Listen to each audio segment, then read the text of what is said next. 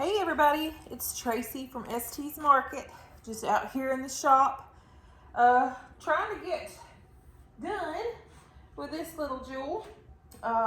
Where this was blue around the edges, another video I posted a couple of days ago, it was blue, the whole table was blue.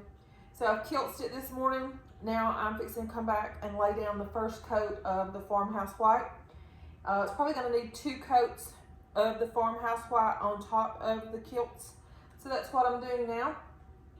So just been very busy out here in the shop this morning trying to finish up some projects to get ready for people to come and pick it up because they're needing to get these things set up in their houses for Christmas gatherings.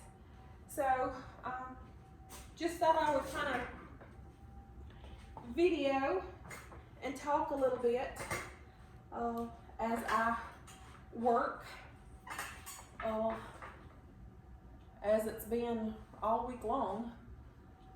It's just a rainy, blah, dreary day outside here, and so just honestly, if you ain't got to be outside, it's just a good day to be inside and kind of be vegging on the couch or in the bed somewhere. It's just, I think it's supposed to do this all week long.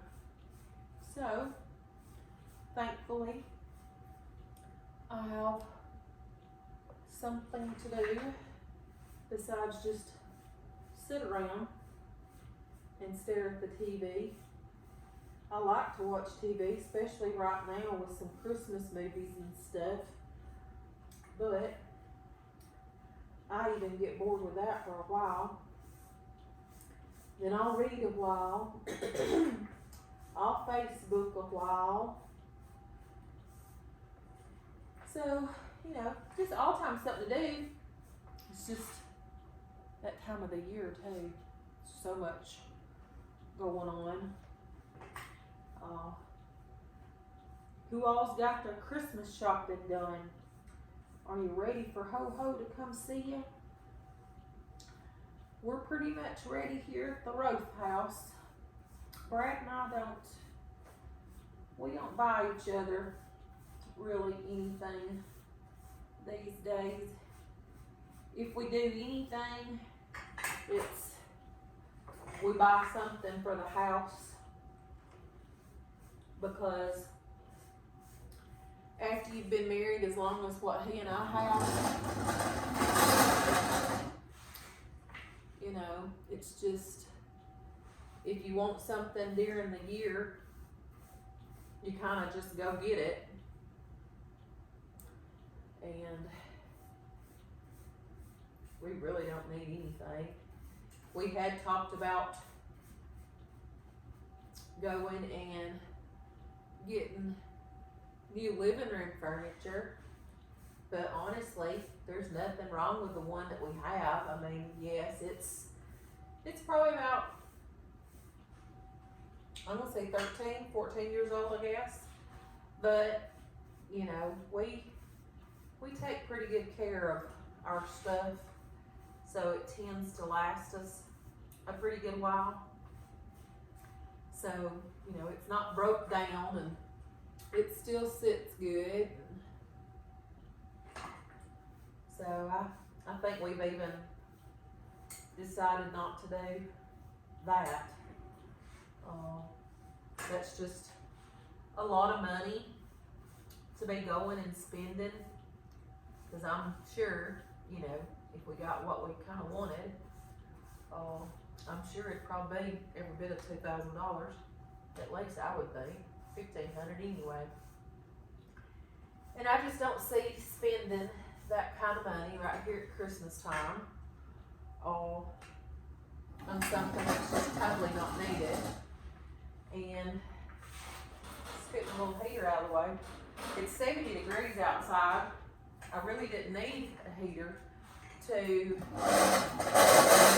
heat up the shop because it's definitely warm enough, but due to the dampness outside, and me doing painting, I needed to heat up the shop a little bit and knock down the damp feeling here in the shop to where my paint can cure out good. But anyway, I just didn't see the sense, even though it's Christmas, of going and spending that kind of money on something that's truly not needed. Now, if we didn't have something to sit on, it was broke or whatever, you know, yeah, we would do it. But anyway, we just kind of tend to fill stockings for each other each year, and usually that's not always what we do. Sometimes we might buy each other something, but we try to set a limit. And so I'm sure we'll just fill a stocking for each other, and that's probably pretty much it, because my birthday is a week after Christmas, which has always bit the dust for good terms. Usually everybody's broke on my birthday, so I've had pity parties about it before, because I just feel like I get gypped sometime because of where my birthday lands. No fault of anybody's, you know, ain't nobody's fault, but it's just like, you know, everybody's broke. If they buy you a gift, then it's a combo gift. Never have like those. I guess I get it to a certain degree, but. And Brad has learned through the years that if he doesn't go ahead and buy my birthday gift when he buys Christmas, if he waits till Christmas or right thereafter to go buy my birthday present, everything is already picked over from where everybody's Christmas shopped. So he has learned through the years to go ahead, if we're buying each other Christmas, to go ahead and buy my birthday present to where things aren't picked over. So this year, I'm sure it'll just be the stocking stuffers and the birthday present. And we won't be able to do anything for my birthday this year, which sometimes we tend to try to go away for a couple of days because his birthday is a week after mine. So sometimes we go away and that's our present for each other's birthdays to each other. But such is life. We won't be able to do that this year because my birthday is on the 30th and he has foot surgery on the 29th. So,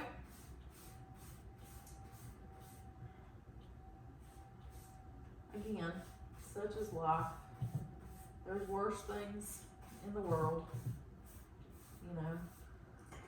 When Haley was growing up, we always tried to make her birthday special because it's her day. And everybody likes to feel special. You know, that's your birthday. You know, so celebrate it like you want to and make that person feel special. Because it's their day. Some people don't get it that we always kind of made a big to-do about birthdays, but again, that's your day. So try to make you feel special. But again, I'm splattering this paint all over me. There's worse things, I guess, than being able to do something on your birthday. Thank God I'm just around for another birthday. And I got a couple of weeks, but you know, I'm right there at my birthday, so I thank God for blessing me with another one. It could have been a lot different. Try not to have a pity party when it comes to that stuff, but we're all human. Things happen. But, like I said, it's all good. God's blessed me with this business. I'm greatly appreciative of my customers that entrust me to do different projects for them. I've learned a lot already. And so has Brad. We're enjoying it. So we're hoping after the first of the year that he will get to retire. We were hoping that he would get to retire in January, at the end of January at least. But due to his foot surgery, he's going to be off for 8 weeks.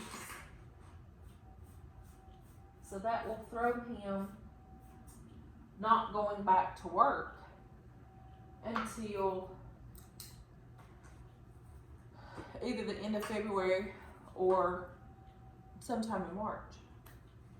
So as it sits right now, it looks like it's going to be probably sometime in March before he retires, which is fine, you know, because he'll probably be working less because he's going to be out on surgery leave than what he would have had he retired in January. So, but, you know, we're just thanking God already for, you know, him being on the downhill slide of everything. We've heard that this surgery that he's going to have is pretty painful. So y'all just remember him in your prayers for the next weeks to come until he has his surgery. And then the recovery time, because he's not the best patient. He's that typical man, you know, got to be up doing and all that. He does follow doctor's orders very well, because he knows if he doesn't, then the recovery might not be as good as what we hope that it will be. So he's good as far as listening to the doctor. But after about 4 or 5 days, he gets very antsy in the house because he's just used to going to work every day. And he's used to being, you know, in the pulpit on Sunday mornings preaching. So he knows he's going to have, you know, a couple of Sundays that he's not going to be able to preach also. So he's just not one to sit idle. So that's where we struggle. So y'all just pray for that. Pray for both of us that we can be patient with each other. And it helps now that I'm retired to where I can be here. Even though I might be out here in the shop working, I'm within shouting distance of the back door if he needs anything. Whereas in the past, when he's had surgeries, within 3, 4, 5 days, I've had to go back to work. So either I've had to find people to come over and sit with him during the day, because he couldn't, you know, get up and take care of things himself, or I've just had to leave him here and try to put everything within reach of his fingertips, other than maybe him just getting up going to the restroom, you know, because, you know, you don't think about, you know, well, you got to have lunch and, you know, you might want something to drink while, you know, you're here. So the last surgery, or one of the surgeries he had, was a knee replacement surgery. And so, after several days, I had to go back to work. And so for that first week, I had different ones of the church coming over and staying with him at least about 5 or 6 hours out of the day, around lunchtime, to where they could make sure that he had a sandwich to eat and something to drink and all that, until I got home from work. But after that, I just hated asking anybody. Plus, he was kind of ready to start doing some things by himself. But we still had to figure out ways for him to be able to, fix himself lunch, because he couldn't apply any weight to that knee, and so therefore he was on a walker. So what we ended up doing is getting a little apron-like thing to Velcro around the top, so the apron had pockets. So what he would do is he would, use his walker to come into the kitchen. He would fix his sandwich, wrap it up in a paper towel, put that in one pocket, get him some potato chips, put them in a baggie, put that in a pocket, and then he would get, a bottle of water or whatever and put that in a pocket. So therefore he had everything on his little walker. So then he could go back to the living room, to his recliner, and sit down, turn his little walker around, and he had everything that he needed in the pockets of the apron. So you just tend to figure things out when need be. So that definitely worked for us. So, but thank God we're not going to have to do that this time, because I'm going to be here. So God already prepares paths ahead of us, and we don't even know He's preparing the path. And we don't know what the path is being prepared for. So, we just thank God for our blessings, and, we learn from things, and we try to help those that are in need for different things. This time of the year, there's so many people in need. Just got off the phone with somebody that was buying Christmas for some needy kids in the community. And I just appreciate people that have the heart to do that. Brad and I and Haley, we've always done that because Haley was an only child. So we felt like we could give back because we were blessed. Haley got joy out of it, even at a young age, of going to the mall and getting that Christmas tree angel and going and doing some shopping. And it taught her that, you need to give back when you're blessed. And there's always somebody else out there that is in so much more need than what we think we are. We all tend, as humans, to dwell on the things that we don't have instead of looking at the things that we do have. We do it every day. But, so it's that time of the year. Our church usually sponsors several kids from the school systems here. And we've just got some very loving people in our church. And I thank God that we do.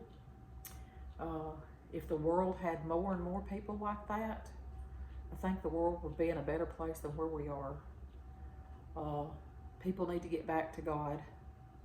They need to get on their knees, myself included, and pray about what more we can do.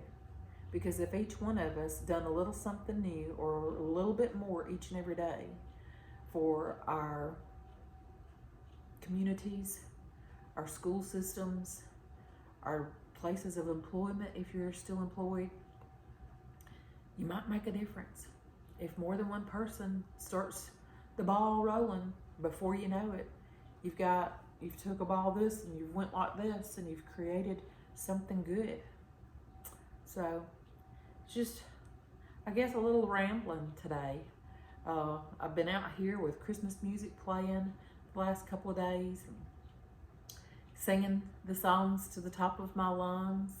I love Christmas. I love Christmas. That's, one of my favorite times to decorate the house.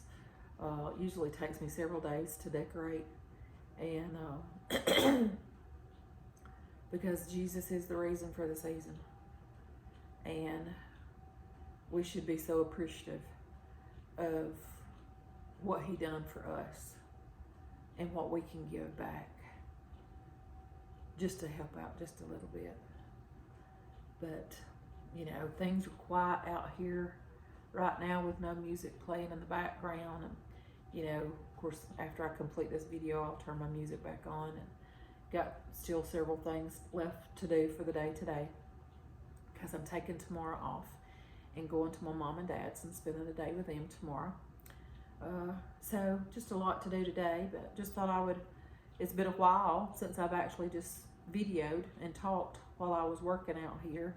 I know I've posted a couple of other videos of just different things the last several days, but just thought I would kind of catch you up as to what's going on in this shop out here. I'm hoping to get some polyurethane on this little jewel. Hopefully by this afternoon or first thing in the morning before I go to mom and dad's, I'll probably put 2 or 3 coats of polyurethane on the table. I'll sand between each one so I can get the best smooth tabletop as possible. I've got the 2 chairs that go with this drop leaf. One's completely done. The other one, I've got one more coat of the white to do, and then I'll distress both of them. And I finished up 2 of the napkin holders this morning. Those will go to church with me tonight because a lady at church has purchased 2 of them as Christmas gifts. So those are done, ready to be delivered this afternoon at church.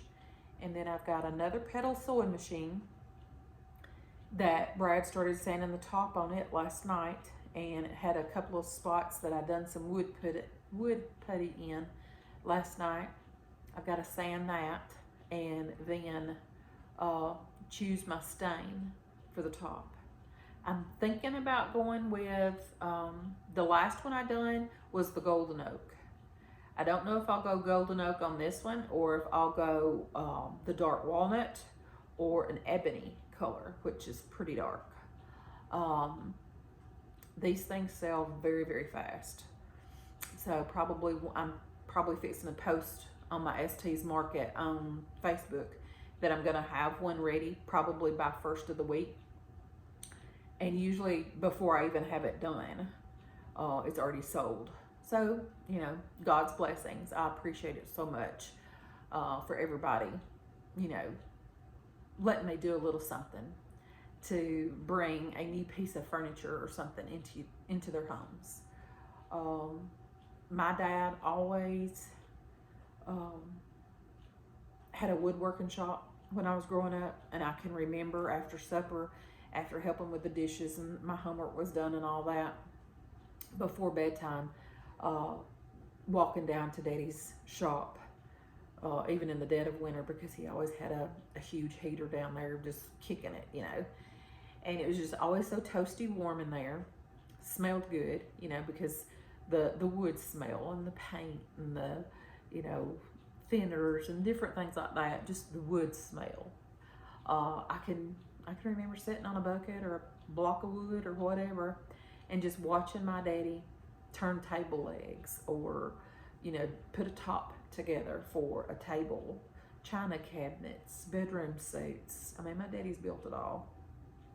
So I've pretty much always been around the woodworking part all my life. I guess some of this comes honestly. And again, God prepared the path way back then when I was a young girl, because he knew what was going to happen and what he was going to present before me in my life right now, to be able to supplement Brad's retirement come next year. So again, I didn't know it then, but now looking back, God prepared the path. He helped me learn some of the basics, and he's helping me learn now even more of what I didn't know. And for that, I'm very appreciative. But anyway, I guess I have yik-yacked long enough. I need to get busy. And I see I get some text messages as I'm doing this. So I need to see who's sending me text messages. But I hope everybody has a great afternoon. It's a Wednesday afternoon here in Alabama, where I'm at. And I hope you find yourself in some church service tonight. We have Wednesday night Bible study where we go. It's a great Bible study. So I hope you find yourself wanting to attend a Bible study somewhere and grow closer to God and let Him work through you to help others and to be a blessing to others. And for that, He will bless you. But anyway, I guess I will get off of here so I can get busy again. And I hope everybody has a blessed afternoon. But most of all, be a blessing. Bye-bye.